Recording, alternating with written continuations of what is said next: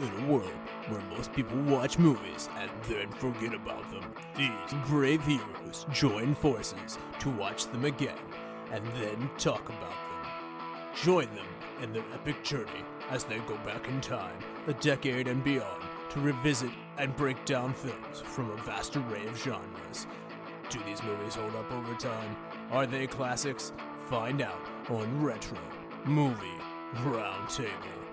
Starring your hosts, Brian Fry, Chad Robinson, Dustin Melbardis, Lizzie Haynes, and Russell Guest. Coming now to headphones in your ears. Welcome all you lords, ladies and knights, to the Retro Movie Roundtable. Welcome to the show where we watch movies and then talk about them. I'm your host, Russell Guest, and joining me today is my good friend and co-host from right here in the Steel City of Pittsburgh, Pennsylvania, Mr. Chad Robinson. How you doing, sir? It hailed today. That was wild. All right. And not going too far from you, do you want to introduce our guest here? I do. This is my friend. He's been on the show twice now, Mr. Matt Glidden. Hello, thanks for having me back. All right. Matt, we are going to hit you with some hard-hitting questions. Now, Thank you. What movie do you find yourself recommending the most? Now, it may not be your favorite movie. It may not be the movie that maybe you say that this is one that you got to see because somebody doesn't know about it. But what movie do you find yourself recommending to people the most? Recently, there's been a number of times I've had to recommend this movie because the young people around me, when I say young, the 20-somethings, look at me, they don't understand what I'm talking about whenever I quote it or reference it. And it's Robin Hood, Prince of Thieves. I grew up on this movie with Kevin Costner, and I'll reference it to a young adult, and they don't know what I'm talking about. And I say, well, you have to watch it. It's the most memorable, one of my favorite of the Robin Hood genre. Alan Rickman's, he was sheriff, right? Sheriff of Nine. He could have been. I remember Kevin Costner. Okay. Yeah. Both of them are in it. Yes. It was a great. We had a good time covering that one. I hope. Did you guys cover that one? We did, yeah. If you go back and find that episode, I hope you enjoy that one because we had a lot of fun covering that one. Good. All right, Chad, how about you? What's a movie that you recommend the most? I've recommended it to you, and I've recommended it to a bunch of people with very mixed reviews, and that is Cabin in the Woods. I will never stop recommending that movie. 50-50, I feel like. I took your recommendation. Yeah. Yeah, and you were in the bad 50-50. I didn't get it. Not, I think you should have showed me Evil Dead first, in fairness. I assumed you had seen it, but yeah, Cabin in the Woods, one of my favorite horror comedies. Just a fantastic time. Okay. And for me, I had a hard time picking this one. I think one that I might recommend the most is The Dream Team with Michael Keaton, Peter Boyle, Christopher Lloyd, where there's four. The other actor's not as well known, but there's four escape mental patients from an institution, and they're loose in New York City. Their doctor gets mugged, and they need to get back, and they are having a hard time. So, coping with the Big Apple, and it is a blast. Fun movie. I've never recommended this to me. It's a funny movie. I can't recommend it enough. It's an 80s movie, and I hope someday we cover it. It's certainly eligible. This is an uneven trade. Like, I have recommended my movie to you. This is false advertising from you. That's a fair point. I'm on a movie podcast with you, and you have never recommended this movie. I'm recommending it now to anybody who's listening. So, unlike the last couple of, you'd think I would have made this a dealer's choice at some point, but I haven't done it yet. So I find that I end up often looking at what does the show need, and I end up going back farther in time. So I thought you were going to say Breaking Away, like your crusade to get this movie its accolades. No, that movie's generally well regarded, and I don't have to try too hard to remind people that Breaking Away is noteworthy. That didn't go well. I want to redo on that episode. just kick your hosts off. I can take clips of you saying nice things about other movies and then superimpose them back into that episode so that everybody will think you love that movie. There you go. take the Sixth Sense of I love this kid and just insert that into Breaking Away. Yeah, absolutely. Yeah, all the things that may or may not even make total sense, and just like, it's like I was really feeling strongly about this right now. I really, take lines from like The Pianist or whatever. It's like, this is just a movie that you absolutely have to see. I didn't think that I could handle it, but I did. I'm like, wow, Chad, that's very strong feelings. Have Chat GPT like scan all of our episodes and just conglomerate some awful review. Yeah. Yeah. All right. Matt, what's the last movie you saw? Last Saturday night, I watched A Real Pain, which is the Oscar winner for Best Supporting Actor with Macaulay Culkin's younger brother. Oh, okay. Kiernan. Yeah. Won the Best Supporting Actor. Great movie. Two cousins head off to Europe to have lots of dialogue and figure out mental health and friendship, and it's excellent. I need to see that. I definitely want to see that. It's excellent. It's wonderful.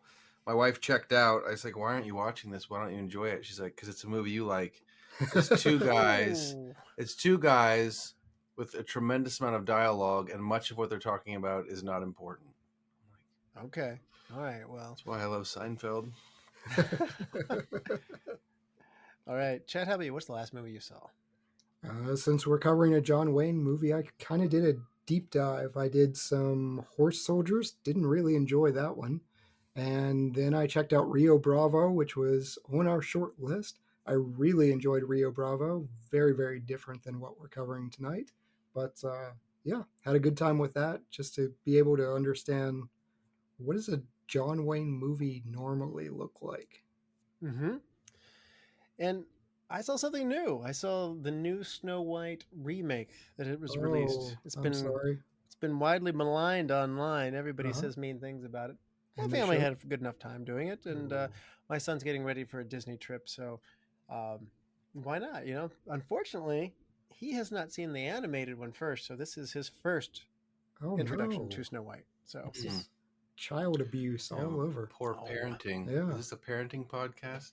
It can be. Yeah. Well, actually, cartoon movies can be a bit of a challenge to get him to do it at this point. So we're just in a phase where cartoon movies don't always sell. I think Snow White is a difficult one to watch to begin with. It has aged the poorest of all, but then it's also one of the oldest of all. Yeah, let's not cast Gal Gadot in pivotal roles where she has to emote or act or. Oh, she wasn't the problem. I actually think she was the better of the two main castings. Ooh, man, huge criticism. Does it get a thumbs up or a thumbs down? It's the lowest rated Disney movie of all time. I really can't. I think I've said this on the show before. I really don't recommend live action remakes. No. So, I guess from that standpoint, technically it's a thumbs down, but we still had a fun time. You're allowed to have a fun time as a family watching a thumbs down movie. That's allowed. So. That's true. Is it better than Hunchback in your opinion? I really am not too keen on Hunchback, to be honest with you. So, I would take this just because it is the Snow White story, the Seven Dwarves. I mean, there's no hi ho to be had in Hunchback. There's no song that can reach hi ho level. Oh, Hellfire! Hellfire is amazing. We watched that recently, and it's already fading from my memory. So watch it again. I'll have to. And then listen to our episode where we talk about it. Yes. Now, Chad, what movie are we going to cover today? We are covering John Wayne's The Searchers from 1956. That's right. It stars John Wayne, as you mentioned, Jeffrey Hunter, Vera Miles, Ward Bond, and Natalie Wood. A young performance from Natalie Wood here. Yeah, that was surprising. I know. I was surprised by that as well. Release year 1956, budgeted for $3.75 million, grosses only $1.1 million. So this is a little bit of a surprise. This is not a high-grossing movie. It does not gross highly in the box office rankings there. The number one movie from that year was The Ten Commandments. IMDb, however, rates it a high score of 7.8. The critics of Rotten Tomatoes like it even more at 87%, and the audience score likes it even more at 88%. It is a Golden Globe winner for Most Promising Newcomer for Patrick Wayne, which is John Wayne's son, who appears in this movie. The Directors Guild of America nominee for Outstanding Directorial Achievement to John Ford. And AFI loves this movie. So this was in the top 100 movies of all time. They rated this number 12 when they did this in 2010. So the number 1 Western movie of all time when they did their top 10 Western movies. So if you're looking for a Western, the AFI would tell you, you can do no better than this. And furthermore, top 12 movies of all time, this is coming in with a lot of accolades here. Let's talk about this one here. Now, Matt, had you seen The Searchers before, and what was your background with it? I grew up watching John Wayne films all through middle school, high school, college. So, yeah, I watched it as a young man. And then I probably hadn't seen it since I was 20 years old until a week or so ago whenever I watched it for this episode. And it rings true to what I recall. Everybody loves this film. I knew it then. I knew it now. And it's still not my favorite of the John Wayne, nor of the Western genre. I think AFI has a love affair with this film for things that I don't appreciate about it, I guess. I think it's great. We're going to talk about it, and I'm going to say great things about it. But number 1 Western of all time just seems it. When I was young, it seemed too much. Now it still seems too much. Okay. So not a big change then coming back to it. So now, Chad, how about you? Had you seen The Searchers before? No, absolutely not. I mentioned I have no experience with John Wayne whatsoever. And then talking to Matt, he's like, I knew you would pick The Searchers. It's the one non-John Wayne movie, which don't recommend it. Don't shortlist it if you don't want us to pick it. But I knew it was highly acclaimed. I picked it because it was shorter. But I did wind up having time to watch Rio Bravo as well. I picked it because it was highly acclaimed. Yes. Russell likes that bone. This Rio Bravo seems much more. Matt was on our Silverado episode, and so a lot more in that vein, and that was a fun Western. Yeah. So completely new to me. There are some obvious things that don't hold up. I'm sure we will get in touch with those and talk about those, but I can see where it was going, and I can see why it was highly regarded. And I love this era of Technicolor and just the gorgeous scenery. So I had a really good time. I enjoyed the movie, but yeah, we'll get into the nitty gritty later.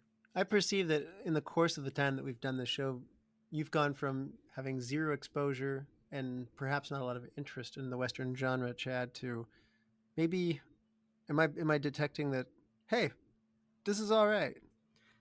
I still have mixed reviews. Like I said, Horse Soldiers, I found really boring. I think the Western genre can get a little too in love with the boring dialogue between two guys that Matt is talking about. But A Real Pain is not a Western for everyone listening at home. I gathered that, the European Western genre. But yeah, there are quite a few. I really enjoyed Tombstone and Unforgiven, and I enjoyed Silverado. Matt was instrumental in introducing that to me. So through the podcast, we've done quite a bit. Treasure of the Sierra Madre, I loved. So you have seen a lot of the big ones here. Does this one stack up to those great ones then, to Chad? This is number 12 all time. What do you think about that? That does a huge disservice to this movie. I think I instantly go in aiming to dethrone it, and I don't like that. I don't like when Citizen Kane, I would not dislike Citizen Kane nearly as much if it weren't put on this pedestal of this is the best movie of all time. And it's not. It's not even close. It's not in the top 100. It does innovating things at the time, and its legacy is amazing, what it contributed. But everything in the future has surpassed it.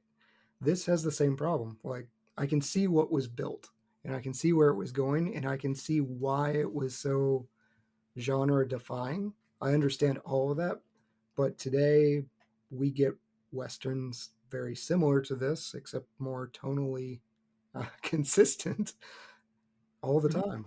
Like this was interesting because we have comedy bits throughout. I'm like, I really feel like you want to lean into this serious tone. You're talking about massacres, and then we're doing weird jokes, and we're having a foghorn leghorn brawl, which I enjoyed, but pick a lane. Okay. Well, I actually liked some of that genre blending. Depending on how this goes, I actually think that I enjoyed this maybe the most because I didn't know what to expect. In fairness, I knew that this movie was ranked by the AFI at number 96 when they did this in 98. And when they came back and revisited it again later, they upped it all the way somehow to 12. Now, that's a pretty big swing in the course of 10 years. Obviously, who's voting is swaying that. So I had a little bit of a contingency knowing that either this is the borderline top 100, like it's 96, it's just barely in there, or it's the top 12. And I would say personally, maybe that 96 is perhaps a little more accurate. Yeah. Than the 12. I can certainly name 12 movies that I might put up there, even objectively speaking. Like if you're just like putting on your Leonard Maltin all time Ebert hat. But having said that, this movie was very interesting. I had to study it to appreciate it. So I got done with it. I think I texted you, Chaz, that Searchers might be a little overrated.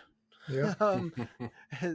And it's through studying it that I could start to see what other people were seeing. So that perhaps is a bigger ask of a modern day audience. But having done that, I did study it and I do appreciate it more. And I could see where this is something that would be fun to return to. So I do look forward to talking to you guys about this one. But we're going to spoil this movie. So if you have not seen The Searchers before, you're going to want to check it out. We'll be back after these messages. Welcome to the All 80s Movies Podcast. I'm Bill. And I'm Jason. And this is the podcast where we talk about the blockbusters, the flops, and everything in between from one of the freshest decades for movies, the 1980s. So whether you're a brain, a jock, a valley girl, or a Jedi, we've got some 80s classics for you. Do these movies stand the test of time? Are we discovering something new? Is there an 80s movie we're finally watching for the first time? Join us each week as we dive into the cinematic nostalgia that inspired and influenced a generation. From the hits to the cult classics, we'll discuss our earliest memories, favorite scenes, fun facts, and our not-so-favorite movie moments too. It's the All 80s Movies Podcast, now available on all major streaming platforms. Please subscribe and happy listening. All right, we're back, and this is your final warning. There will be spoilers that lie ahead. Now, Chad, for those who haven't seen The Searchers since 1956, do you want to refresh people's memories? A Civil War veteran, Ethan Edwards, returns to his brother's Texas home only for Comanche warriors to attack and kill most of the family, kidnapping his young niece, Debbie. Ethan sets out on a relentless, years-long quest to find her, accompanied by her adoptive brother, Martin. Driven by deep hatred for Native Americans, Ethan's obsession clouds his judgment, raising doubts about whether he intends to rescue Debbie or kill her for assimilating into Comanche life. As they finally locate her, Martin intervenes, ensuring her safe return. In the end, Debbie is reunited with her family, but Ethan, forever an outsider, walks away alone, vanishing into the frontier. All right. Well, let's get into this one. I think you guys alluded to this one. John Wayne movies may have a certain stamp to them, which I'm not that familiar with. But this movie is, as you put it, Matt, a not very John Wayne movie. Tell us more about that as we get into this. I think he's famous for the classic character he plays, which is like so clearly good hero, classic stereotypical hero. He created the all-American hero. He's synonymous with it. So for him to play a character who's like deeply plagued with racism and wanting to kill his own family member and like he goes to these dark places, it's just not what we're used to seeing, those of us who are in the John Wayne fan club. That had to be shocking. Like, you have a history of cheering for him, and then you get this movie, and he's like, all right, cheering for him, gonna go and get his family back. And oh, this is what he's saying is problematic. Like, he starts with his half brother, and he's saying, oh, you're a half breed and you don't count. And I think what caught my attention this time that I don't know that I saw years ago when I watched it was he's got a thing for his brother's wife. Like, yeah, the lingered looks, like, you know, it's just like, what? Yeah. The screenplay, I guess, was supposed to implicate that Debbie might be his daughter, which makes that so much worse of, hey, he was totally going to kill his daughter. Right. He's 8 years gone to the Civil War. Then he's back. She's 8 years old. And clearly, like, there's something going on between John Wayne and his brother's wife. I noticed in Horse Soldiers he was fighting for the Union. Did he typically come out of a Union background and they swap it for the Confederacy in this one? Because he mentions he only has one oath and it's to the Confederacy. I'm like, oh, are we romanticizing the Confederacy here? Probably. He is.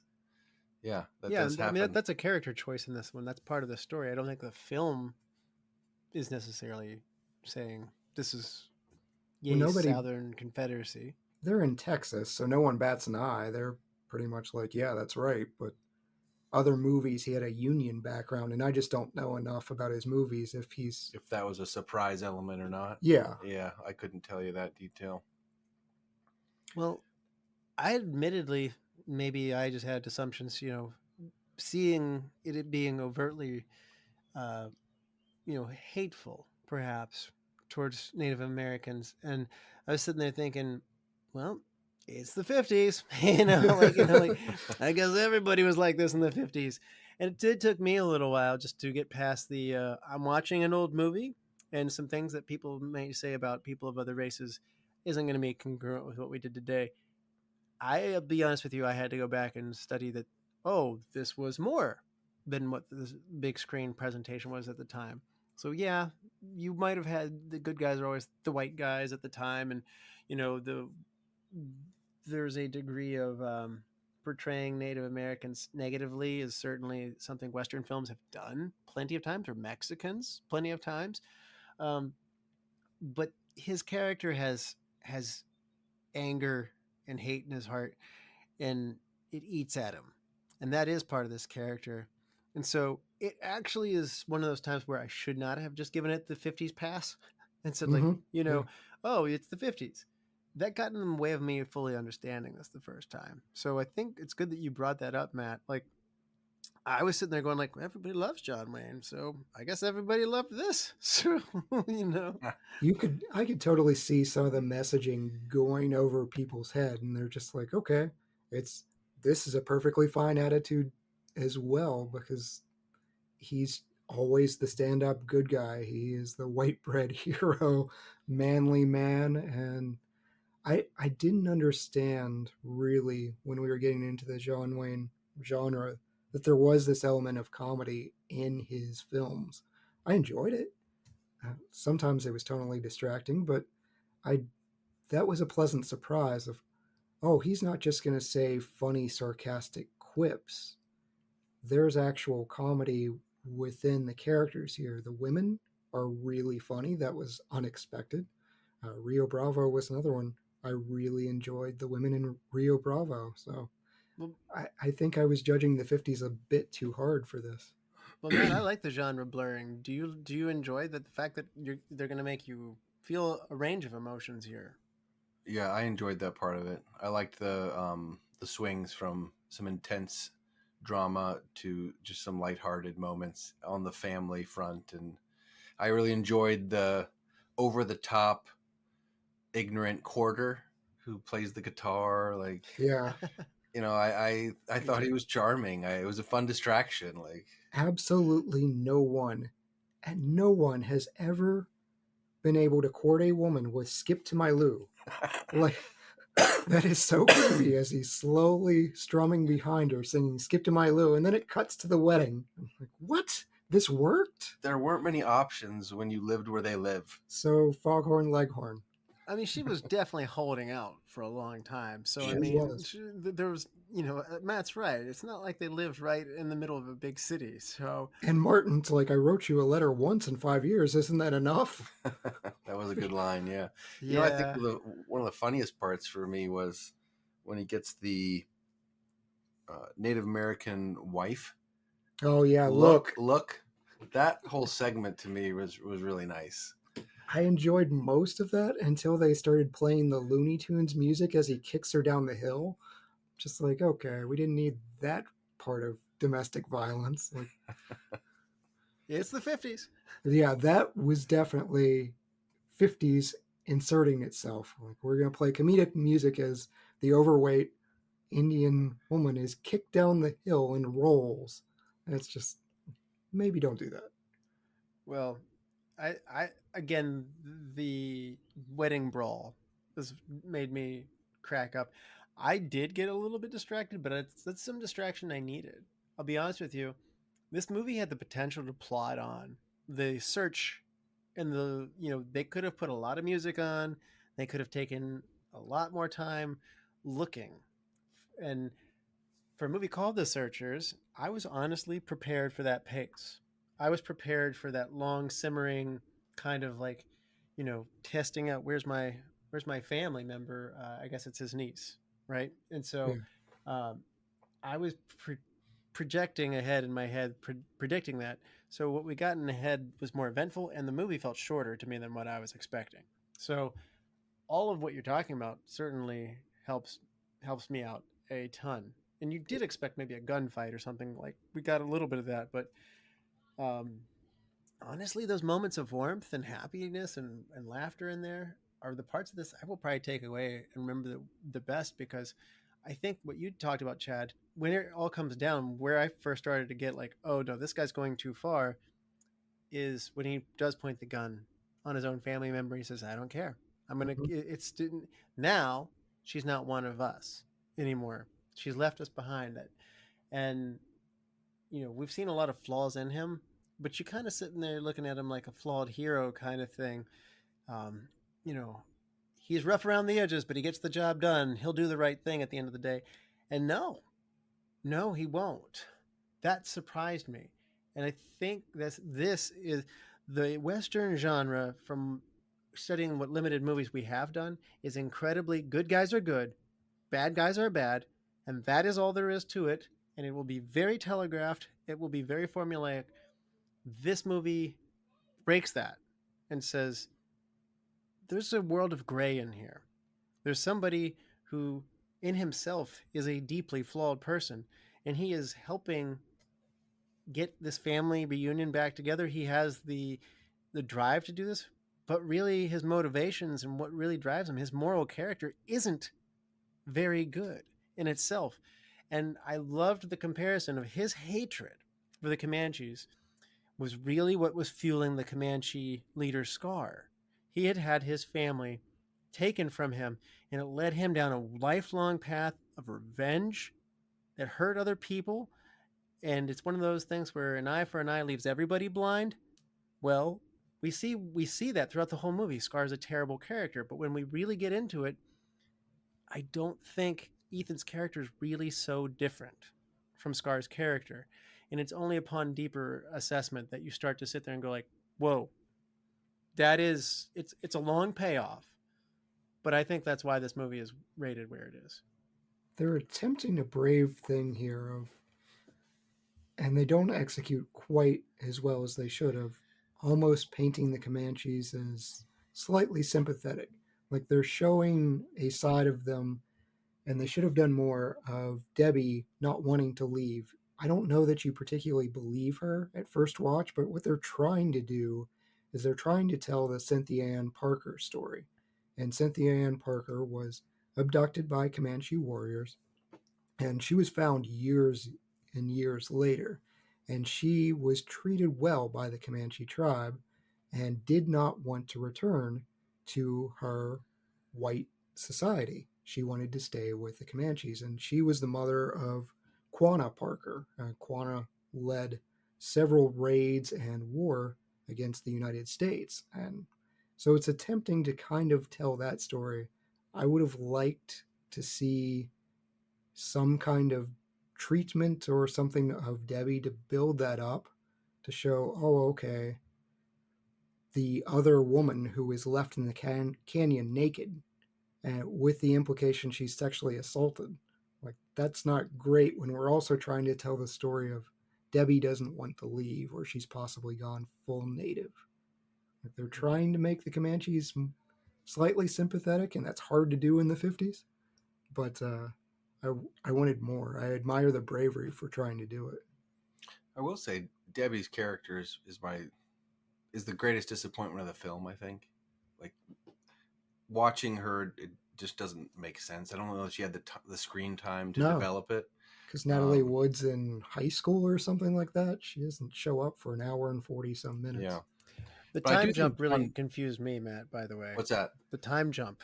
Like, they did not do a good job of tracking. I did not know we had passed anywhere close to that much time in the movie until later, because I had a hard time being like, well, who's that girl? Like, right? Yeah.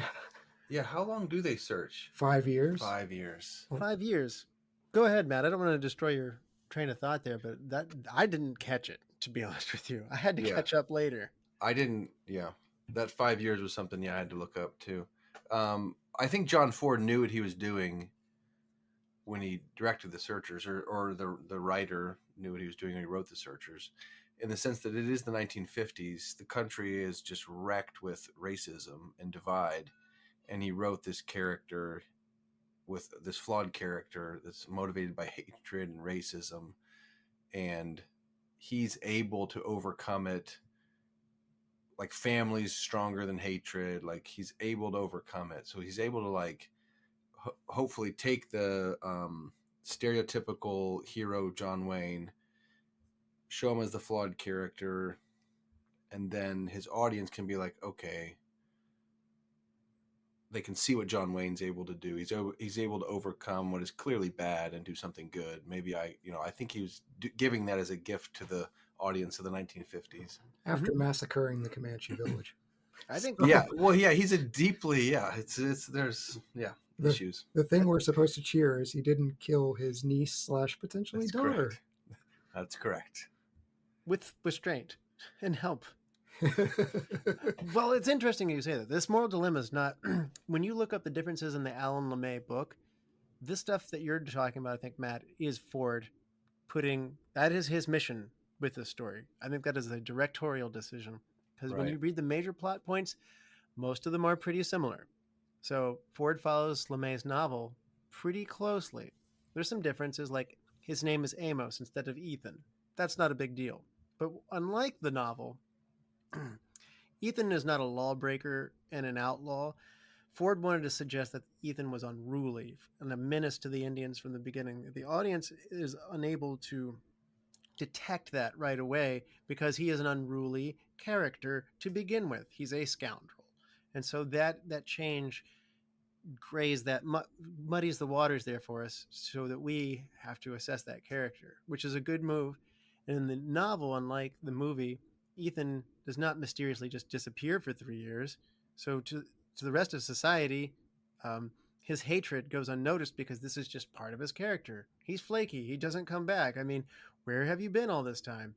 And in the novel, that optimistic speech coming from Mrs. Jorgensen is an interesting note, though, that was actually given by Ethan, the Amos character. Ford said that Ethan is a pessimist, and his version is a very negative, cynical hero figure, and he dislikes the Indians. There's no way he would give that speech in Ford's version, so he gives it to Miss Jorgensen. He's making conscious moves, to your point, to make this character dislikable. And, this racist undertone of him, that's the thing. In LeMay's novel, Ethan's figure dies at the end too. He refuses to shoot the Comanche woman, but another Comanche woman turns around who he chooses not to shoot, and then she shoots him back and he dies. So I'm not sure what kind of message that sends either. Like, by giving you mercy, I ended up dying for it. So I could certainly see that being like a message that's not necessarily what he was out to do. And then Ethan is an idealist and an optimist in the book, and he never had any desire to kill Debbie in the book. that is a Ford thing as well. So rather than just rescue her, he intends to kill Debbie because he believes Debbie has become an Indian. And that is a Ford thing. All of these are very strong decisions by Ford to change this. So, and the movie had to, I guess, perhaps at the time, they had to suppress the Ethan having a thing for Martha, which you did point out. I didn't realize that as much heavily on, but I guess that tension, you picked up on that better than Matt, and I give you credit for that. I need to be hit over the head with that, and I need to have the 2020 version where he looks at her long and like it's like, I know what you're thinking. So you need that exposition later on. I've got a thing for her. Yeah, I needed to hit over the head with that. I'd tell you what I really needed to hit over the head with was 5 years passing, as I mentioned before. Yeah. I needed some text on the screen. Just let me know it happened because, I don't perceive Wayne's character aging 5 years. And the other thing that I thought is, why not go ahead and do this a little bit more? Why did I just get Debbie at a younger age? You would want your parents back. At 8, you would know you have had enough lifetime that you've been abducted, and these people might not be all bad once you've come to realize their way and they're, they have their own thing, but that that's your family that you've been taken from. So this whole notion of, I don't want to go back, kind of thing, there's not that tension that must inevitably be there. And what you mentioned for wanting more from Debbie's character, I wanted it too. And the only way you don't get it is if she's taken at a even younger age where she just doesn't understand what's going on. Mm-hmm. Yeah, I would think you'd want her just aged slightly up. In fact, like in those teenage years where it starts becoming in Western society, okay, you've got to be married and here are your expectations, at least within where they are in 1850 some, 1860s, post-Civil War. And the expectations of society, and then she gets removed from those expectations and she's given a new environment and culture. Okay, now you find her in her 20s when she's lived through her teenage years with another society and seen how they treat their women. And it's different, not better, but different. And she's said, okay, this is my choice. I don't know that I want her younger.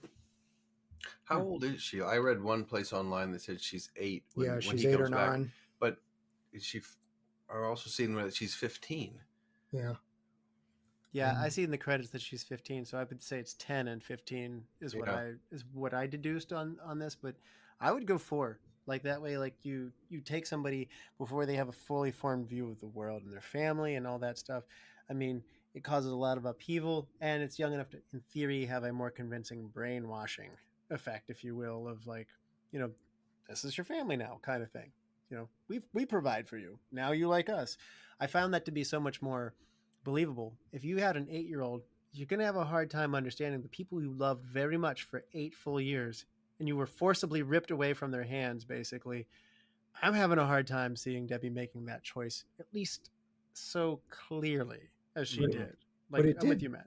I mean, it historically happened. Again, this is based off of Cynthia Ann Parker, but there are other instances of where Native American tribes would raid various villages and towns and take away children or take away women.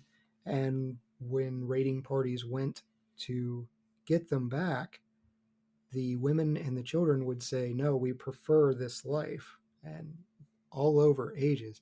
No, it's not 100%. These were small minority cases, but it did happen. So it's interesting to base it off of that. What'd you think about Mose Harper, Matt? I loved him. I'm a Mose Harper fan. I loved him in the movie. He was a fun feature. He shows up in a lot of John Wayne movies, so when I see him, it's like a comfort blanket. But in this film, I thought he's an interesting character because he's, I don't know. Yeah, there's something he's not right from the beginning. He's less right in the end. I don't know. He's just I enjoyed him. He has one single solitary goal, and that's to just get his rocking chair. Yes. It's a rocking chair really bad. Yes. Yeah. I did not realize he was crazy or maybe a couple screws loose at first, because when he was in the gunfight and he's like sitting there smiling and like he is enjoying himself in a very off-tone sort of way. That was my, I guess I had on the cues prior to that, or again, I needed to have something there.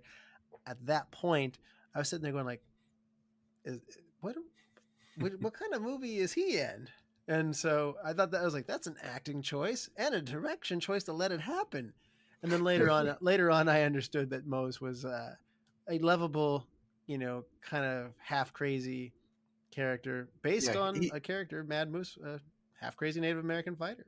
Yeah. Yeah, exactly. Yeah. He's been left out in the sun too long to bake. I could have used more of him because he has this Jack Sparrow kind of like, like his mind was warped kind of thing or whatever. I say steer into that. You've made a big character choice, so I wanted a little more Mose. Yes, I agree with that. What'd you think of Reverend Captain Samuel Johnston Clayton?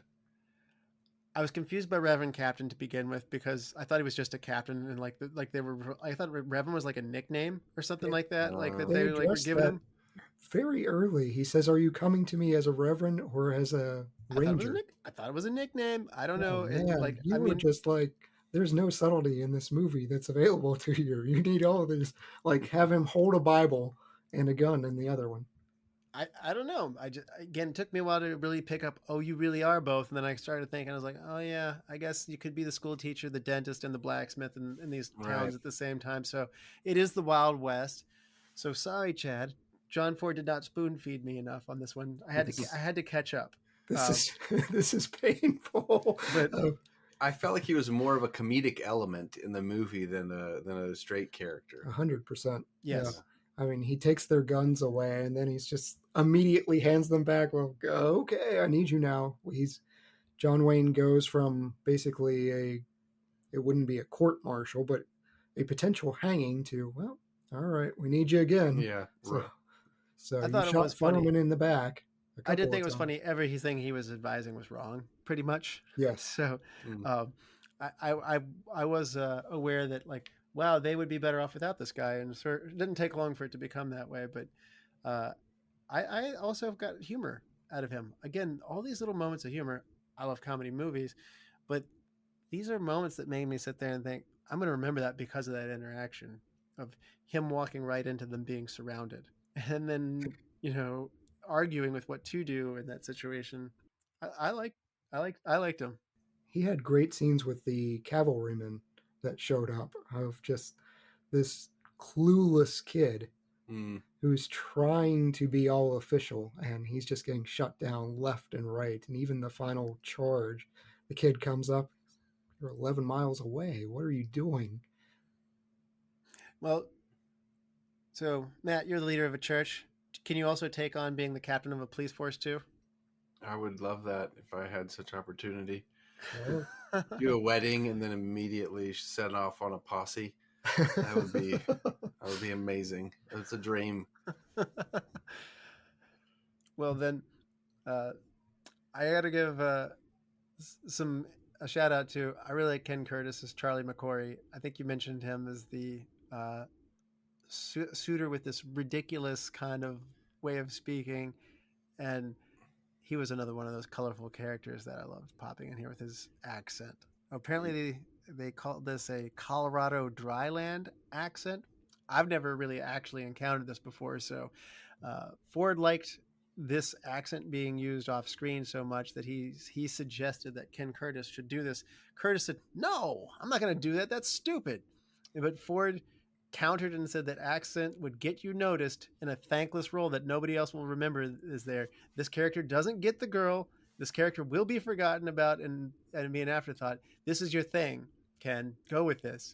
And for enough, Ken Curtis rides this, and that aw shucks character would get him another couple more movies, like in Horse Soldiers and in Gunsmoke and Will Travel in 57.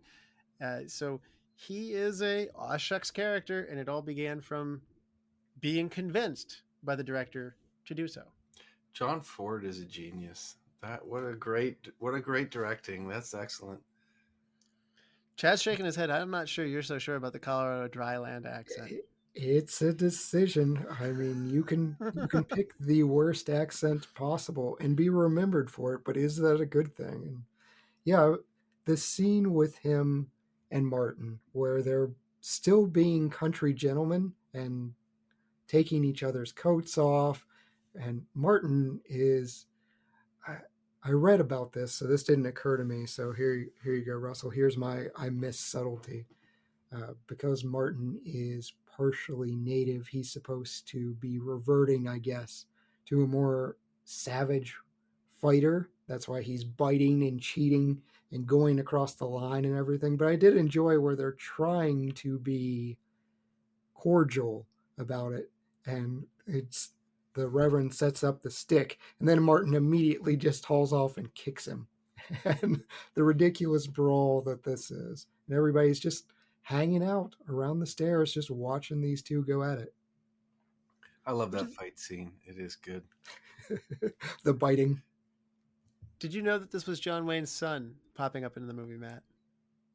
Yes. I had no idea. I had no idea that the annoying cavalry guy was. Yeah, he pops up in his movies from time to time. I thought that was a really fun, I guess not cameo or fun connection to have in there. Mm-hmm. Apparently there was a little bit of improv when he said that, like a Yankee would, implying that they were cowardly and, would show their backs or whatever.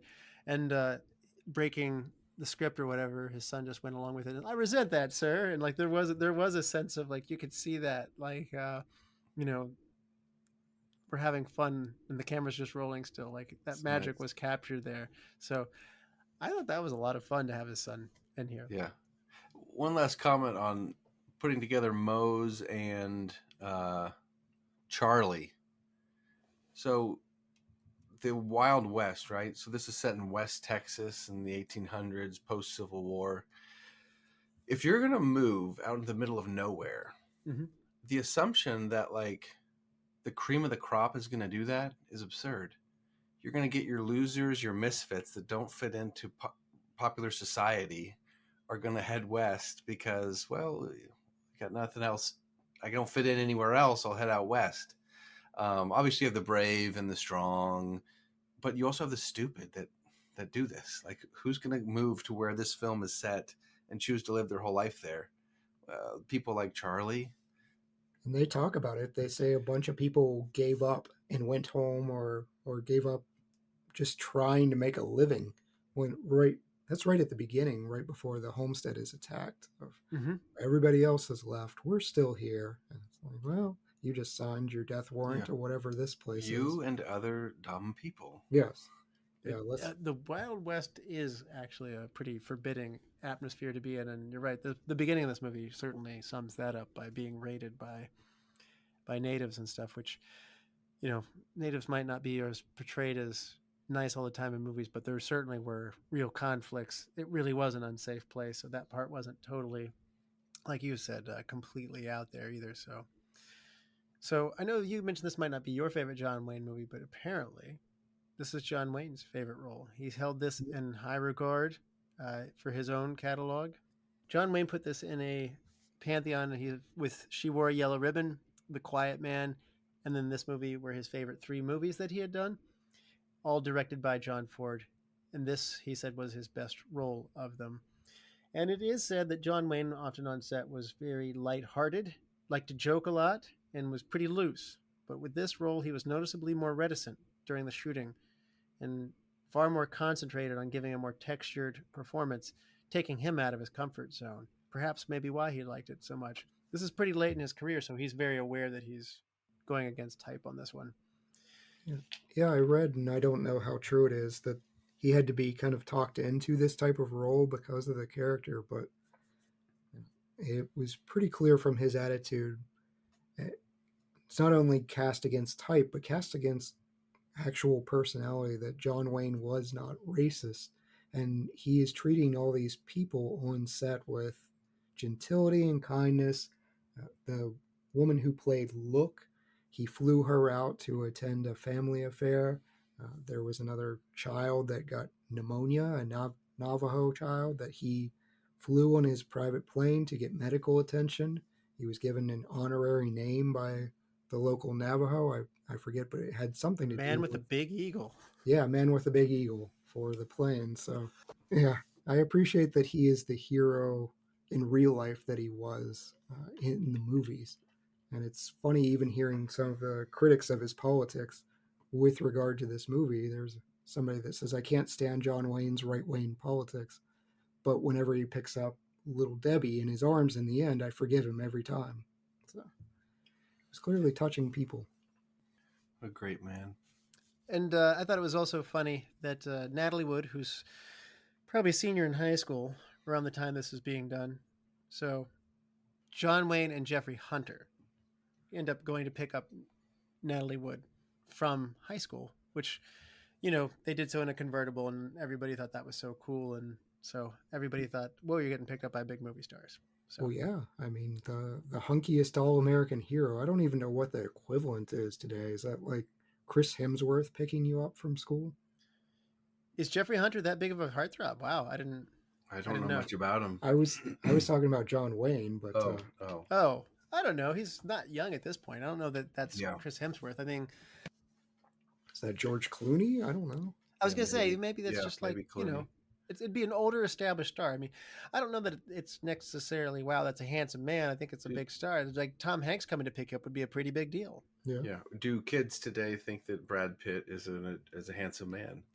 I don't know. Probably. I don't know either.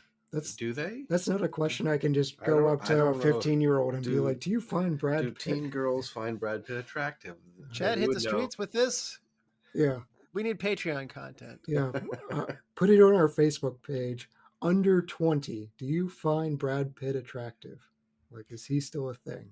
Is Tom Cruise still a thing? He still looks like he's 30-ish. If he's still playing Mission Impossible movies, I assume so, but I don't know. Yeah. Natalie, he's got a new one coming out. I did not realize that Lana Wood, who's the Bond girl from Diamonds Are Forever, not the only Bond girl, but she's one of the Bond girls in there. She is the younger sister of Natalie Wood, and they actually use actual sisters to do the time lapse in this one. Be that as it may, though, that eye color of Lana having blue eyes and Natalie having brown eyes, that was one of the things that threw me off later when I was like, I just thought they were having a general Native American woman. I did not realize she would have grown up so much in that time That's past. Not the same person.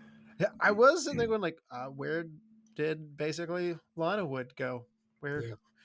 This doesn't look like the person who needs rescuing. This looks like the person who runs away on her own at this point. Right.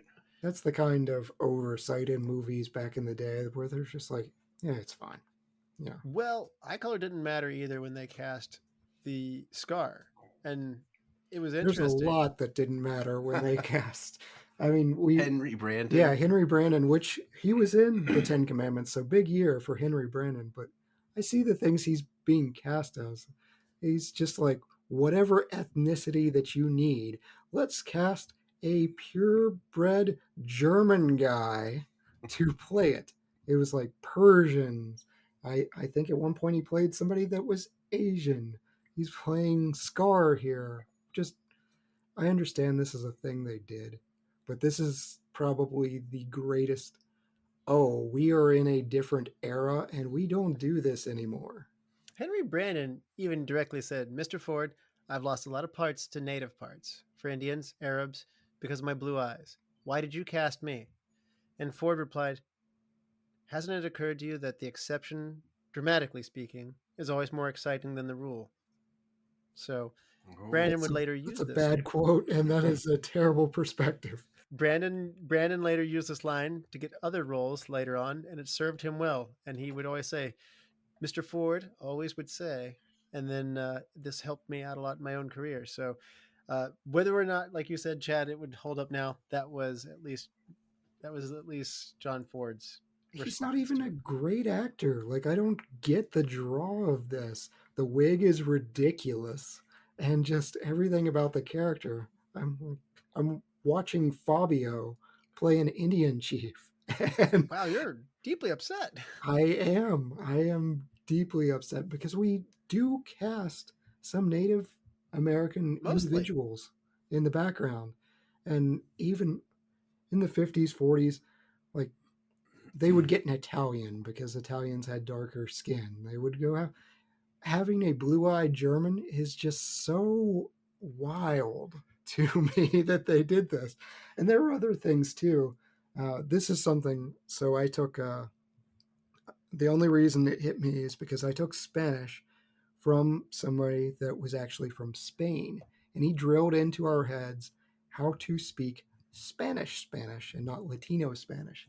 So when they had Antonio Moreno playing Emilio, he is playing a Latino, he's playing a Mexican, but he's from Spain, and the accent is very different on very different words. That one I can let go. It happens. I imagine Latinos heard it differently, and Spaniards heard it differently. But yeah, Scar, that drove me nuts. You'll be hearing more about that one.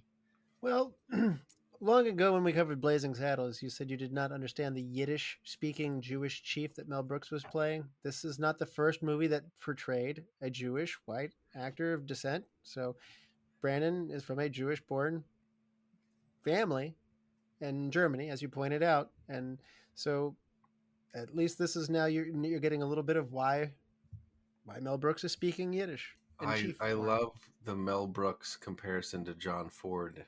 Excellent crossover there. At least Mel Brooks was playing it for laughs and calls it out to the camera. This is unintentionally funny. It's not what you want. Well, it happens apparently. I learned in the research doing Blazing Saddles, it happened more than once, so it's not just only this movie. Oh, I agree. Yeah, it's pretty common in westerns to have a white person playing a Native American. Oh yeah. And in fairness, we should give John Ford some credit because all those extras, whether it be look or whether it be other people, were actually in the tribes, were actually real Native American Indians there. So the actors playing the Comanches are Navajo for the most part, but nevertheless, it is still that is a level of care and casting that you did not necessarily see at the time. So a lot of them were apparently very thankful to him to put them in the movie. But then they get the tactics wrong. So they get a couple of the historical things incorrect of the Comanches weren't really centralized in their leadership, but the way they're conducting warfare is a whole lot like the Lakota with the pikes and the javelins and things like that. They're not acting like Comanches.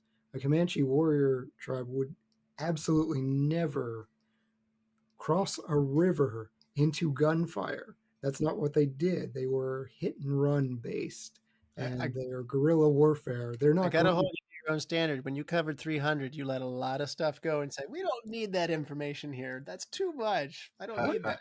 It doesn't matter that that's not the real phalanx formation. It doesn't matter. It did matter. The phalanx formation in 300 was awesome. But it was a different formation than the actual phalanx formation. But I mean, that's. Yeah, they broke it pretty quickly because that is a stylized graphic novel. That's a whole lot different. And you've got to show Gerard Butler's abs. Like, he went through a ton of boot camp. He earned that. I mean, if I looked like that, I would be demanding to not wear armor. So he earned that. It's just, it is weird, some of the decisions of like the most feared tribe and how they conduct warfare here. And then they just make wildly incompetent decisions constantly of here's a fortified position in a rock mountain. We're going to charge head on. They could have just waited them out. Like, just stick around. Just, they have nothing to eat or drink. They like getting water off of canyon walls. You're not going to cross a river into a hail of gunfire. That's stupid. So I don't know how many of these you have seen, Matt, but apparently 14 movies John Ford and John Wayne collaborate on together. This is their 10th of them, so they've worked together a bunch at this point. Right. I don't know if you've seen the list, but it's a long list. Yeah. How do you feel like they are together as a team? We got things like Stagecoach, Long Voyage Home, They Were Expendable, Three Godfathers, She Wore a Yellow Ribbon, Rio Grande, The Quiet Man, The Wings of Eagles, Man Who Sought Liberty Valance, Last Ride, The Cowboys, bunch of them. So what do you think about this pairing? I think it's a great pairing. I don't love all those movies. I mean, the Stagecoach is, I think it's critical for the Western genre as well as for John Wayne and John Ford. I think it's an important one to watch when they form their relationship with one another. The Man Who Shot Liberty Valance is excellent. collaboration. Do you say the Cowboys is their collaboration as well? Yeah, 72 is their last one. Oh yeah, that's such a good one. That's an excellent film. Yeah, I think they're great together. He's got a couple other directors that he works with more than once, but I think history tells us that was one of the greatest, combo director-actor deals that we've had. I thought it was interesting. Ford, apparently in reading about him, doesn't sound very fun to work with, but Wayne seemingly has a tendency to be able to work with him. Ford is known for having a very bad temper and has a habit of playing also cruel practical jokes as a phone of mean shenanigans, not cheeky fun shenanigans. Not cheeky fun shenanigans, no. Evil shenanigans. So he was unusually kind to Patrick Wayne, though. So I don't know if probably because he likes John Wayne so much, if I had to guess. So, but yeah. Patrick Wayne said he was crazy about me. Right. Everybody had their day in the barrel, Patrick Wayne said, but it was both good and bad. I wasn't exactly the most popular person on set because he was really nice to me, but he would like reaming everybody out. So, but he was nervous and, at least he saw a young person who was actually legitimately scared and, got the best out of him. A Golden Globe winning performance, I should say, out of that. So that's wild. Henry Brandon, who played Chief Scar, said that he described a experience that was very combative, though. He said that he would goad him. He's a Shakespearean trained actor, and he would constantly run Shakespeare down and say, he didn't actually write that stuff. Or Francis Bacon is the guy who was, who wrote that and was antagonistic towards his acting of Shakespearean stuff. And so he suffered from frequent remarks, and he said he was just a general evil bastard. So was what he said of him. So what kind of antagonism is that? Your hero Shakespeare didn't really write that, and he takes that personally? What is that? That sounded pretty persistent. I don't know. So, I mean, okay, all right. I enjoy Keats, but if somebody just starts putting down Keats poems, I'm probably going to move on with my day. Well, there's another one where at one point John Wayne nailed the scene at nighttime, which their daytime, nighttime shots kill me. It kills me in Bond too. Or like daytime, nighttime shots are a major distraction in today's times. But anyway, they nailed one of these scenes, and unfortunately, the power to the camera was tripped. And John Ford was irate. He was yelling and throwing stuff, and he asked the camera operator, "What's wrong?" The power was cut. Was something wrong with the camera, and indeed, nothing had gone wrong with the camera. Ward Bond unknowingly had pulled the plug on the camera while he wanted to use his electric razor to shave. Nice.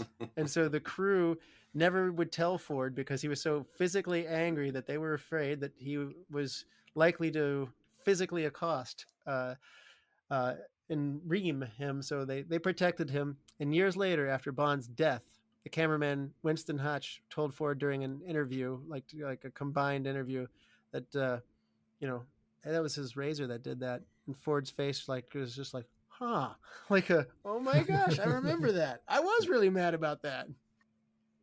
A lot of great directors have tipped this hat and giving it its ranking that you can see there. Steven Spielberg, Martin Scorsese, George Lucas, Jean-Luc Godard, John Mullins, Paul Schrader all regard this as one of the most influential films that they had in their work, and they feel like it directly influenced their work. Favorite film of Lyndon B. Johnson? And Peter Fonda said this was one of his great inspirations when writing Easy Rider for 1969, which you covered, Chad. I don't know if you see The Searchers and Easy Rider, but apparently It was to Peter Fonda. Well, apparently if you add drugs and The Searchers, then you get Easy Rider. Wow. Okay.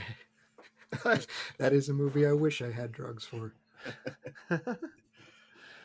So, and one thing I thought was cool, this movie was one of the first ones to promote itself and to make a documentary to show the different actors of what they're portraying and stuff. And if you love DVD extras, that is a wonderful thing. I love them so much, and I'm glad that this movie was helping to pioneer that because I want them for every movie. So obviously we make a podcast like this, so this stuff's up our alley, but if the format of the DVD truly goes away, I sure hope they find a way to recapture that content some other way, because it's really good stuff. It makes you enjoy the movies that you love so much more. So I agree. I like those little shiny discs. So, Matt, what do you think about where we shoot this? Westerns are always a large part of being set in these forbidding lands, but also kind of beautiful and picturesque at the same time. What do you think about the setting here? I have driven across the country multiple times, have driven through across Texas, haven't been everywhere. This movie is set in West Texas, according to John Ford and all those who made the film. But my limited knowledge of West Texas is that it does not look like that. And the reason is because it's actually shot in Monument Valley, which is in Utah and Arizona, which is the classic spot to shoot a Western. It's beautiful. The scenery is like a whole character in this film, but that's not West Texas. Like, why say the film is in West Texas if you're just going to shoot it in Utah? Why don't you just set the film in Utah? Yeah, this is something Russell and I have done numerous times. I do not know where movies are shot, and Russell will be like, oh yeah, that architecture, that one obscure building, clearly put this in Vancouver. I'm like, sure. This, I know what Texas looks like. And Chad's going to do it this time. I immediately picked up. I'm like, nothing. These cliffs and these mountains are not Texas. They don't scream Texas. They are gorgeous. But I'm with Matt. Like, you just say you're in Utah. But I guess you don't have as many Comanche conflicts out in Utah. But I don't know how many historians are going to know that. Or, I mean, how many people are historians that are going to sit and be like, yeah, that's problematic. The Comanches didn't range that far. So it is a bit wild. And I was a little bit pained. Like, it's so beautiful as far as the setting, but then we have those sound stages and then it stops looking beautiful. And it's just this contrast for me of, okay, now we're on a soundstage versus this beautiful outdoor setting. What was a soundstage moment that hurt you perhaps the most then, Chad? Which one took you out of it the most? The campfire scene. Okay. That you have painted backgrounds and it just doesn't look right. I'm going to ask you a question then. I complained about daytime, nighttime shots where you basically just put a filter on it to make it look like it's nighttime during the day and all you get is a very dark, dingy film. Mm-hmm. Would you rather them shoot that way or would you rather have the soundstage nighttime shot? Because I actually say at nighttime, just put it on the soundstage because I want to just be able to see people's faces and stuff. It doesn't bother me like it bothers you. Like, that's really not a thing I even pick up on. It's, I don't know, maybe you're the like J.J. Abrams lens flare type. This is your thing, where other people complain about the lens flare. You complain about the unnatural lighting. That doesn't occur to me. Okay. Settle this battle. Daytime, nighttime shots or soundstage? You're the director of this movie. What are you doing your nighttime shots? I would set them outside and not on the soundstage. Okay. Well, Chad, you've had your moment of victory here. So, well, the movie nerds are on your side, so just know that. Well, the other cool thing is that you mentioned though, John Wayne likes to shoot his movies here 7 times that he shoots in Monument Valley. So I don't think John Ford thinks about it a whole lot. He just says, we're making a Western. We're going to Monument Valley. Yeah. John Wayne's my guy, and I'm going to Monument Valley. It's just what I do. I think you go back in the 50s too, right? Like, people aren't moving around much. You don't have the internet. You don't know that's Monument Valley is in Utah, not West Texas. Like, I think people are just, well, whatever. Yeah, you have to order a specific encyclopedia to be able to look this up in the first place. The door-to-door salesman has to knock on the door. Yeah. Encyclopedia Britannica. Yeah. So the hair's bothering you, Chad. Let's talk about the wardrobe here. Matt, what do you think about the look of this? Sometimes Hollywood movies of this vintage are criticized for being too colorful or too theatrical. Do you like it? How's it going down for you here? Yeah, I don't have too much commentary on the wardrobe, costumes, makeup, other than Debbie to me just looked, it didn't land for me. I didn't love it. It's like a Halloween costume. Yes, thank you. It did look like that. Spirit Halloween Comanche. Yes. Yeah, for me, I like the Technicolor look. I like how bright it is. It's unusual, and I know this period gets criticized for being too bright and colorful. I love it. I love the red duster and the missing that he gives away to, I think it's Laura, who they find in the canyon, and he's missing that. I love the handkerchiefs around their necks. all of it is so colorful, whereas now True Grit was remade, and True Grit was almost entirely in this dark filter the entire time.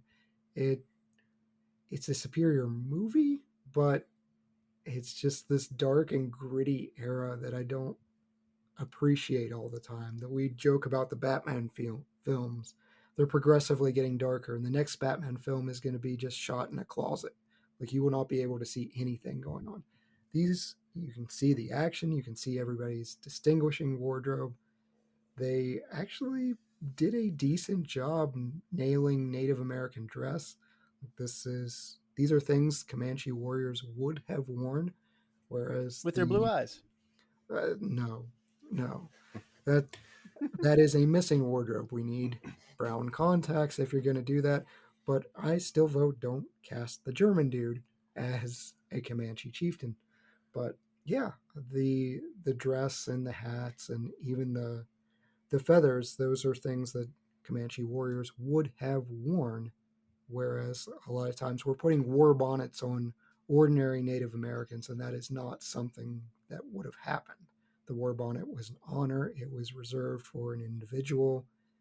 They had to have their feathers just so, and they did a decent job. I know nothing about this topic, but I will tell you, watching a Western, this is one of the few Westerns, if maybe the only one, in which I've seen the rifles in like the leather sleeve, and then they pull it off of the rifle, if you remember that, and then they go into battle. But it's the cowboys who have this leather sleeve on their long rifles. In the Western, you're used to seeing them slung over the saddlebag, then they pull the rifle out of the saddlebag. So that was noteworthy to me. I was like, that's not typical in the Westerns that I grew up watching. That is a cool effect, but one criticism for that is their 1897 Winchesters. They are too old for the period. So unless they are T-1000s bringing back futuristic weapons. History cop Chad is in full effect. I am the fun police of historical movies shot in the 50s. But that's going to get a pass too. But you know very little about the rifle holsters. I do not. I am weak on my rifle holsters. But if you ever do want to read about this period, Empire of the Summer Moon is just wonderful. It's about the Comanche Empire and particularly about Quanah Parker. So that is highly recommended. Well, that was an interesting detail that the red stripes on Ethan's the red stripes on Ethan's Confederate coat indicate that he was in an artillery unit. So attention paid to his Confederate background there. So, in the wardrobe. I didn't necessarily agree with that or this. disagree with that, Chad? Yeah, our listeners hate me enough. I'm just gonna move on.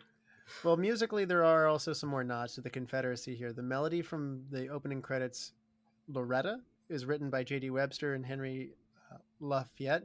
Webster, though the song was written in Chicago, it is known for being a Confederate soldiers' anthem during the Civil War. And the song played by John Wayne as he approaches the beginning of the film is a slower version of the Bonnie Blue Flag, which is originally called the Irish Jaunting Car. But this song is also a staple of the Confederacy. So the Confederacy music is also reinforcing this character as well as we go through here. So that Confederacy, they're weaving that into here pretty strong. I don't think that landed well. I wasn't around in the 1950s, but I don't think that landed with a punch it was probably intended of. I don't know. I think it was just at different levels. Music. You know? Like, this is Darth Vader's music. We're over 100 years from the Civil War at this point, so I don't think even people in the 50s sat there and go like, "Oh, snap, that's a Confederacy song." I don't think that would have... I don't even think your grandparents would have, Oh, there was a big push in the 1920s, particularly by the Daughters of the Confederacy. That's where you start seeing the Confederate monuments and all these other memorials and this lost cause movement kicking into effect. So yeah, their parents were likely passing this on. Huh? Okay. Well, maybe so then. Join me for next week for Retro Movie Racism. All right. Well, then, reportedly, this film was seen by Buddy Holly in Texas in 1956, and he was so taken by John Wayne's repeated use of the phrase, "That'll be the day," that may have inspired him to write the song "That'll Be the Day," which is a whole lot catchier. Yeah, that's a great tune. It is a great song, and unfortunately, Buddy Holly died way too soon, so that's unfortunate for that. Yeah, airplanes are bad for rock and roll. It's not early rock and roll airplane crashes are no fun. All right, what do you say we hand out some awards, you guys? Absolutely. Let's do it. Matt, who is the MVP of The Searchers? It has to be John Wayne for me. Pioneering this new character in turmoil, living in a world of gray, pretty dark gray, really. But then making the right choice in the end, the final scene, him walking off into the sunset, MVP. Nice. I like your choice there, Chad. Are you going to be similar? Yeah, I would love to go back in time and see how this movie hit back in its day and how shocking it was to see John Wayne playing this bad guy completely against type. I didn't have the understanding, but I like that he's just so full of rage and plays this ugly character that we're really not even sure we're rooting for. So kudos to him for taking this part. And to your point, it didn't tear up the box office. Yeah. Yeah. See the newspaper headlines back in the day of John Wayne plays a bad guy. Yeah. I'm with you guys. John Wayne. It's this gray world where there's not a real clear good guy, and the bad guy is really not that different from the John Wayne character, really, when you get down to it. It holds up a mirror to just mankind, to make you look at where you've come from and where you're going. That's a big thing. That's why The Searchers is probably ranked where it is. You may not be the most enjoyable Western, and I would say it's probably not going to be my favorite Western from that. But John Wayne's performance is what makes this movie what it is. And Ford set him up for a great moment, but John Wayne's reputation that he also subverts also carries the weight of this film, because this film doesn't work if you just cast somebody else and it is this character. It's the fact that it is John Wayne doing this. 100%, yeah. Best supporting actor, Matt. Reverend Captain Samuel Johnston Clayton. Ward Bond. As has been noted earlier in the podcast, I am a pastor by profession, so I have a special spot in my heart for this character. I thought the actor added good comic relief. Just is a great contrast to the MVP supporting actor, Ward Bond. What'd you think of that his hat? I wanted him to have a more cowboy hat, like the top hat. I agree 100%. I would never want to be caught in the Old West wearing that hat. However, I think it fits his character. I would stick with the choice that the costume director, John Ford, made, choosing that hat. But if I had to play him wearing that hat, I would be so disappointed. He's the phony cowboy. So yeah. All right, weak hat game, but good performance there. Chad, how about you? Where are you going with your best supporting? I went with Vera Miles as Lori. And I really, after watching Rio Bravo, I'm finding myself enjoying the women of the John Wayne films. That's Angie Dickinson. And Vera is fantastic in her scene. She's so overly dramatic, and it's in the absolute best way possible. Like, she's reading this letter, and then she just throws it in the fire, and you get the scene of them putting this out, and she's having to read it again. And I appreciated a bunch of people can't read or a bunch of people can't write. Martin's having trouble with it. But she was just so funny. Her scene with Martin in the bathtub where she's just like, I've seen it before. And she dumps the water on him. That was great. Yeah, that was a good scene. My best supporting is going to go right down where Matt went. Ward Bond as well. I thought he made this part that could have been forgotten memorable. So I liked him in this role. So just watch out what you're unplugging when you plug your razor in for your electric. You may halt the entire movie shoot. All right. Hidden gem, Matt. I have to go with Hank Worden, Mose Harper.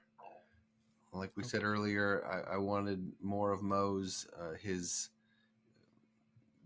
been left out in the sun to bake too long. I love your comparison of him to Johnny Depp's character in Pirates of the Caribbean. I think that's a nice way to describe him. But just a wonderful hidden gem in the film. Yeah, he had a nice splash of like just energy in this movie that if this movie could be too serious without the laughs, I gotta say. So this could become taxing. So I'm glad for those moments of light. How about you, Chad?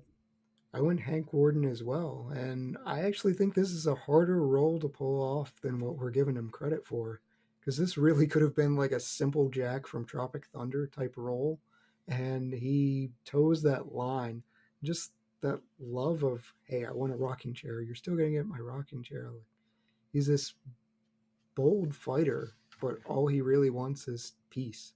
So, a fun comedic relief, but there's layers to him. My hidden gem is going to be the gravestone and the cemetery. It has a piece of important information that is not delivered otherwise, and it says, "Here lies Mary Jane Edwards, killed by the Comanches, May 12, 1852, a good wife and mother in her 41st year." That is one of the things that is driving Ethan's character in this, like that hatred.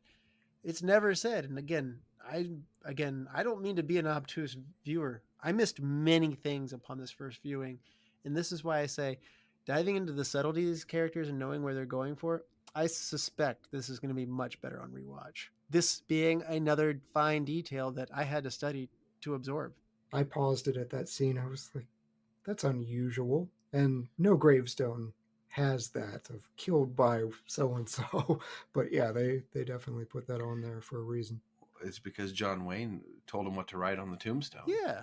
Ethan told him what to write. Yeah, exactly. Yeah. That's true. That's completely within character yet again. Right. I don't know. And it's almost like when you're watching Scrooge, it's not like he was like, "Hey, who's on this gravestone?" It's not important.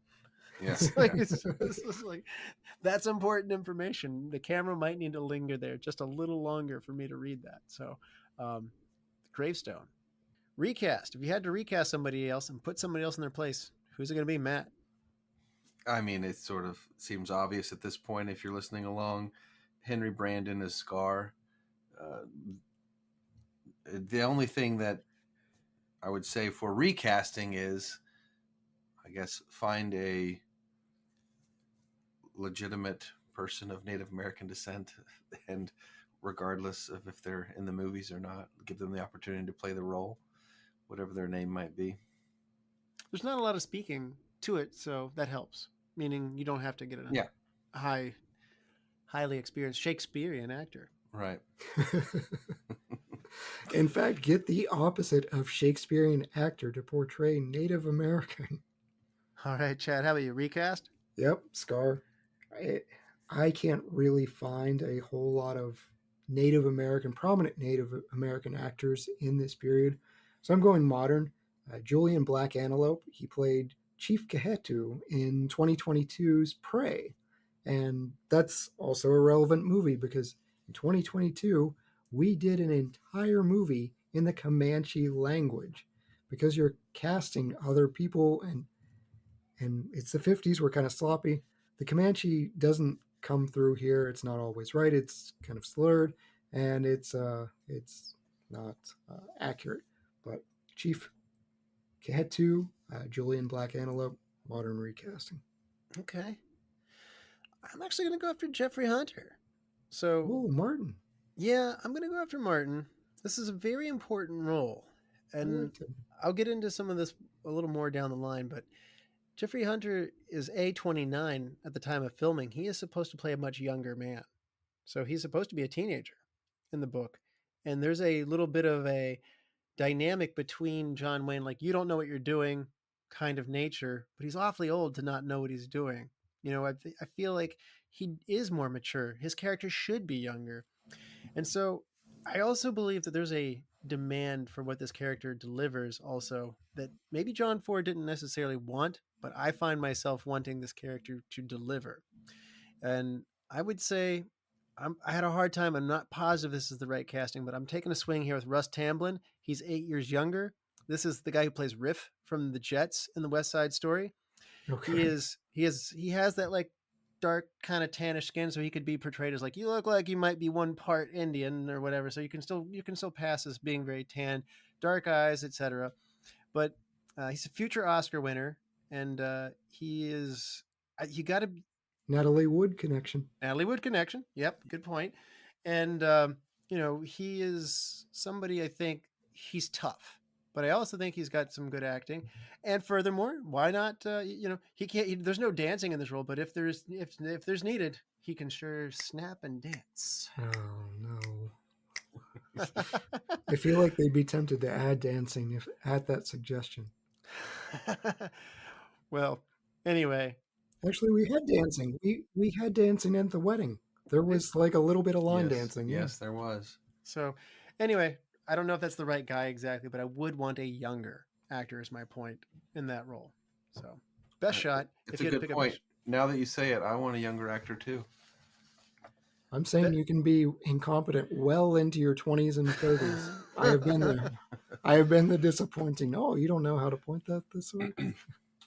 Best shot. Matt.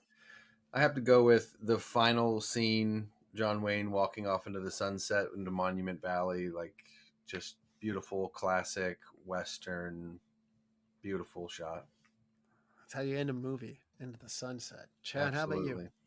I criticized the action for it, but the actual shot of the Comanches charging into the river, into that gunfire, is an incredible shot. Love that. It's just a stupid tactical decision. You stole mine. That was exactly where I was going. Well, I'll also pair on to that. The shot right before it, as they're being surrounded, when the native riders are on the ridge emerging from behind them while they're in the foreground, and that camera is like kind of tracking along with them. That's really good. That's a really good setup to that scene. So it's cool. It's a good 1-2 punch there. Best scene, Matt. I have to go with John Wayne. The moment whenever he embraces Debbie, thank you. When he embraces Debbie, sweeps her up into his arms and carries her home. Like, that moment is probably the best scene, I guess. Yeah. Chad, how about you? Best scene? The fireside scene with Ethan and Martin, where Ethan just keeps piling on firewood and antagonizing Martin the entire time. He's like, I'm burning up. And then he sets him up to get shot as the little fake sleeping bag. So Futterman sneaks up. That plan could have gone horrible. And Martin is justifiably angry. But I really did enjoy that antagonism and back and forth between them. Mm-hmm. I got to go with my best shot scene. My best scene is going to be during my best shot as well. I love as they're being surrounded, they cross the river. There's the shootout. This is just, a Western's got to have this in there, and this is essential to making it. Without that action, this movie could drag too much. And that pep, that energy that's in there, I like that. So a little bit of gunfire there. A lot does happen off screen. Like, the family is massacred off screen for the one guy, and I can't remember his name, that just like runs off into their camp because Laura has died, and then he gets killed. We just hear like 3 gunshots and then silence. Yeah, I mean, it's still it still serves as an action movie too. Western movies were the dominant form of action movie for the era, so I have no problem in saying I also enjoy the action that this movie delivers. Best wardrobe or makeup moment, Matt. I'm gonna go with the scene of them, returning from the search, tired, just been on horseback for years, maybe. Mm-hmm. The wardrobe, their look, the weariness, all of that. All right, Chad, best wardrobe or makeup moment. I went with Look's red outfit. I thought it really popped in Technicolor. I thought that was cool. All right, and I'm gonna go with. There's a scene where Jeffrey Hunter is getting a bath, and Vera Miles, Laurie walks in to deliver fresh clothes with him. I thought this scene was hilarious. Yeah. And she's super not modest, even though probably we're shooting this in the 50s, which is probably a more modest time. So having this kind of tough, you haven't got anything I haven't seen kind of before, kind of back and forth banter to them. The bath scene was a lot of fun. She fakes him out at the door too, like she's left. Yeah. That was great. Yeah. Change one thing, Matt. I don't know if this is what you're looking for here or not, but I alluded to it earlier. If I could change one thing, I would establish Natalie Wood's character more. I want to see that evolution. I want to see more out of that character. Mm-hmm. I totally agree there. Yeah. There was one other difference I didn't mention from the book. In the book, Scar's character abducts her kind of more as a daughter character as opposed to a wife type character. I don't know if that matters any difference here, but that would have done something. It would have given me at least some guidance in how I should think of the character. Yeah, because I think because of the death of, and I think her name's Laura. I keep saying that. I'm going to keep going with that. And the implied sexual assault, we probably assume the same has happened to Debbie. If she's a daughter, maybe the treatment and maybe our mind goes to a different place. I was going to say, you might be trying to ease your... Yeah, I was going to say, you might try to be easing uncomfortable thoughts in your own mind. But I think some more background, or at least a dialogue of like why I'm not going with you. Do you understand what these people are like? They understand, like, you've got it all wrong, man, kind of thing. There's none of that. There's no stand from that. So Natalie Wood is just not given enough to work with here. So her dialogue almost comes off as, just get out of here. I will stay. And this is self-sacrifice instead of willingly wanting to be there. So it's weird hearing Ethan go on this rant of, she's full Native now. She's full Comanche.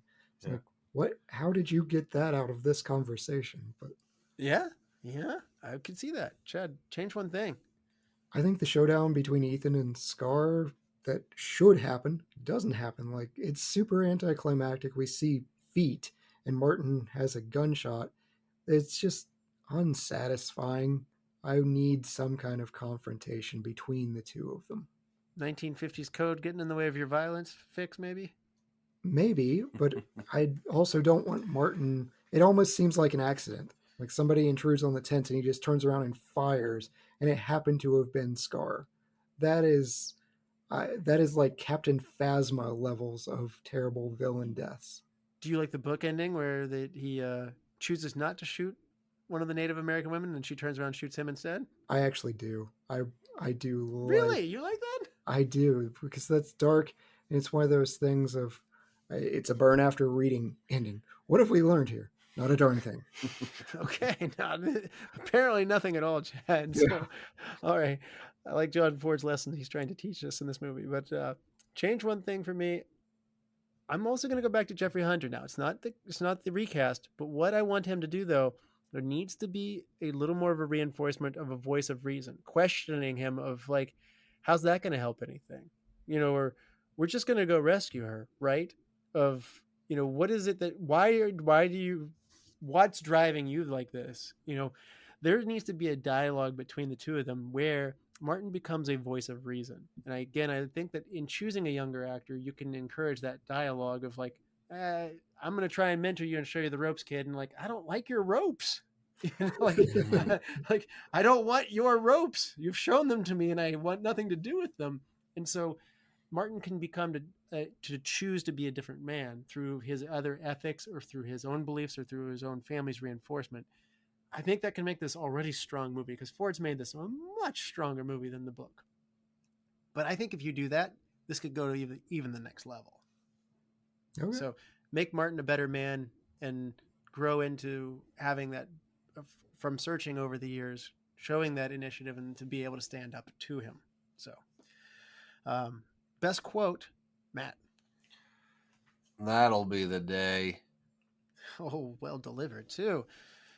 Chad, how about you? That was mine, but I'll do another one from Lori, where she's reading the letter. It says, "Dear Lori," he spelled it with a Y instead of an IE. I also had to go with the "I hope you die." Oh, yeah. What did you say there, Russell? I hope you die. That'll be the day. Oh, yeah. Thank you.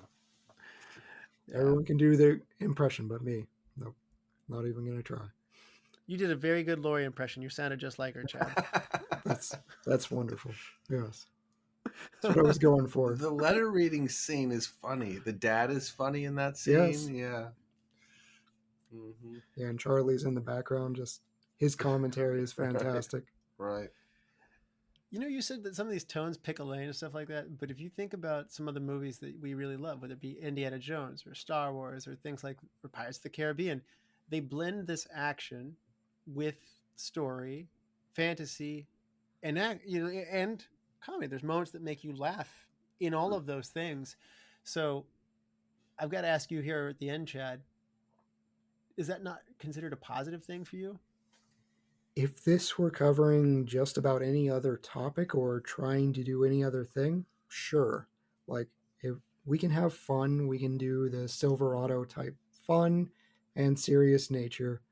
Here, what they're trying to do is have this anti-hero, somebody you're not supposed to like, take on a serious topic of racism and the juxtaposition of Western society and Comanche culture and show sympathy for Native Americans. And to do that correctly, I don't think you can yuck it up in between. Like, to me, that tonality it's lost. Like, you're afraid of your own message, or maybe you're thinking, I'm rocking the boat a little too hard, so I got to pull it back and have a good old country fight. And I want them to lean in to what they're trying to do. They're pushing audiences to the limit. And even with John Wayne, almost, I wouldn't say afraid of the role, but he was uncertain about it. Like, what they were doing, in 2025, we're like, yeah, racism is bad. But what they're trying to do here is very important. So I would like a more serious tone and to lean into it. Okay. No funny business from Chad. Matt, no. A fun police all episode. It's a great place to be. Matt, we've come full circle. On a 5-star scale, where 5 is your best rating and half stars is your lowest rating, what are you going to give The Searchers? 4.5. I think it's a very well done, complex character, pioneering at the time in filmmaking. Like we said, it has comedic elements, it has action elements, it's drama, the cinematography is beautiful. It has all the things that you probably want in a Western, maybe a few more gunfights. But it's not 5 just because we've already said the development of Natalie Wood's character, a couple other little tiny things. Keep it from a 5-star for me. You mentioned this might not be your favorite Western. Without spoiling too much for future episodes, what is your favorite Western? Oh, I'm going to go with Tombstone for all-time favorite. We have done that. I love to rewatch it and rewatch it again. It is excellent. It's a good one. Favorite John Wayne Western, though, thank you for asking, is probably Big Jake. Okay. Classic John Wayne. Tombstone has probably the best shootout. Oh, yeah, it's great. Chad, how about you? 5-star scale, half-star intervals. What's it going to be? So I think in 1956, this is 5 stars. This is like earth-shattering foundations. But again, we are in 2025, and I compare it to Citizen Kane. Like, not on the same dislike, but I think it's the Citizen Kane of Westerns, where it broke a lot of ground, but it doesn't continue to hold up in that awe. And so I went 3.5. I appreciate the important dialogue it's introducing. I appreciate everything that it was trying to do. I think this is probably I'm not big on remakes. I want this movie remade. I desperately want this movie remade in 2025 or here soon. Like, True Grit was amazing. I think this could be a really amazing movie if we do it in the same style as True Grit. Mm-hmm. I like your choice there. That's interesting. I really felt close to where you were, and it's only through further investigation and studying. I came up to a 4. So if I had just watched this, I might have walked away 3.5, 3 stars or something like that. But it's in studying it, giving a little bit longer, chewing on it, talking about it here with you guys, that you sit there and go like, okay, this did some things that nobody was doing at all for the time. And it also, I have, through our conversations, appreciated the range of things that they had taken us through. It didn't feel like it overstayed its welcome. It didn't feel long. It had all the potential to. So I would like to rewatch this movie, and I do think that I would want to come back and do this again and have a great time with it. So I'd say 4 with room to grow. I watched it twice. It does definitely improve on a second viewing. Yeah, I could see that. And unfortunately, I often do rewatch our movies. This is one I did not have a chance to do twice. Although I did watch my fair. There's a lot of stuff on the internet. So if you want to continue on your own out there to read about this, to watch videos on it, there's a lot on the searchers. So there was a lot to chew on in preparing for this one. Yeah. Chad, do you want to help me pick a movie for next time? I'd love to. Man, your lines for me are so painful, and you enjoy me being forced to read these. And please keep this. Do not edit. She lived her life like a candle in the wind. Yes, Marilyn Monroe is an icon. I hate you so much, Russell. So far, we have covered Marilyn's performances in Some Like It Hot and an early appearance in Asphalt Jungle. But we look to cover another movie from Marilyn Monroe. So option number 1, Monkey Business from 1952. Not the 1931 movie we covered with the Marx Brothers. That would be a very different movie.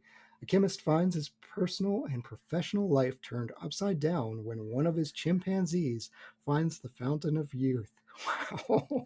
Option 2, The Prince and the Showgirl from 1957. An American showgirl becomes entangled in political intrigue when the Prince Regent of a foreign country attempts to seduce her. Or option 3, The 7-Year Itch from 1955. When his family goes away for the summer, a hitherto faithful husband with an overactive imagination is tempted by a beautiful neighbor. What will it be, Russell?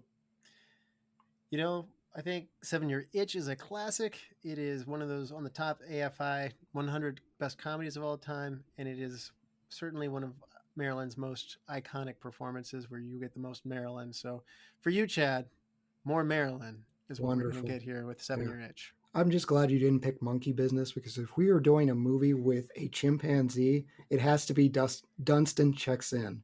Like, for years, we have had that. I would do Dunstan Checks In, by the way. Don't laugh at that. Oh, dealer's choice. Make it happen. I would gladly do that one. But I would also gladly have you back someday, Matt. Thank you so much for coming. We enjoyed having you on. You were a blast. So thank you so much. Thank you for having me. I enjoyed it. Thank you, all the lords, ladies, and knights of the Retro Movie Roundtable. We invite you to reach out to us. We want to hear from you. So subscribe, rate, and review on Apple Podcasts, Spotify, Google Podcasts, Pandora, wherever you get your podcasts. Subscribe on our YouTube channel.